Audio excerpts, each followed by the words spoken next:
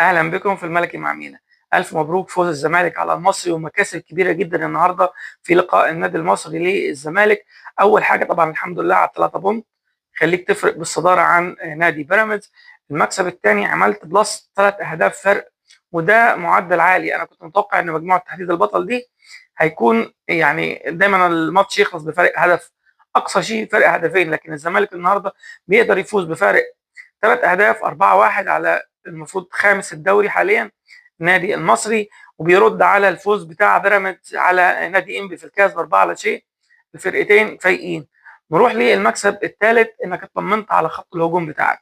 الزمالك خط الهجوم بتاعه اون فاير كله، مش بيعتمد على لاعب واحد. طبعا الابرز هو ناصر منسي، الراجل اللي بيخلص اجوان بطريقه عالميه، بالاضافه الى الضغط اللي بيعمله على المدافعين وعلى حراسه المرمى، بالاضافه انه محطه كبيره جدا للاعيبه نادي الزمالك. التعاون انه بيباص الكور كمان لزمايله. ناصر منسي عالي جدا، بس برضه تيجي تروح لاخوان بيزيرا. اخوان بيزيرا لاعب اكثر من رائع.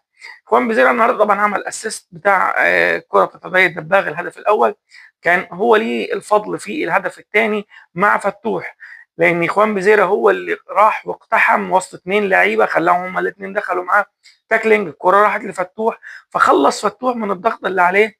فتوح كمان بيعمل اسيست اكثر من رائع ليه ناصر منسي عشان يجيب الجون الثاني. فانت عندك خوان بيزيرا بيساهم، فتوح بيساهم، عبد الله السعيد ساهم في الكره اللي اتلعبت لحسام عبد المجيد الجون الرابع. عدي الدباغ كمان جاب جون، غير الادوار الدفاعيه اللي بيعملها عدي الدباغ بشكل ممتاز جدا. الزمالك خط الهجوم والاثنين اللي بيلعبوا في مركز 8 كلهم عملوا مساهمات في ال4 اهداف بتوع النهارده. بالاضافه طبعا حسام عبد المجيد راجل مدافع حط جون، ودي ميزه ثانيه. كمان من المكاسب بتاعه ماتش النهارده، الزمالك ابتدى يتعامل مع العرضيات ومع الكرات الثابته بشكل منظم ومحسوب.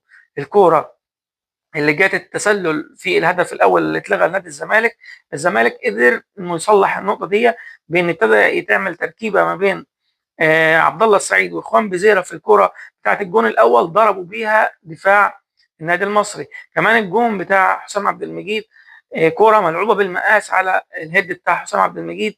الزمالك ابتدى يطور من نفسه في النقطه دي. كمان نقطه مهمه جدا بالنسبه لي، الزمالك النهارده تقريبا ما خدش انذارات خالص، فدي نقطه كويسه ان ما فيش تراكم انذارات في اللقاءات اللي جايه باذن الله. الزمالك ماشي بشكل اكثر من رائع، مبروك لنادي الزمالك. هتكلم بشكل اكثر تفصيلا عن ماتش النهارده في قناتنا على اليوتيوب، ما تنسوش تتابعونا. دمتم ملوك، شكرا جزيلا.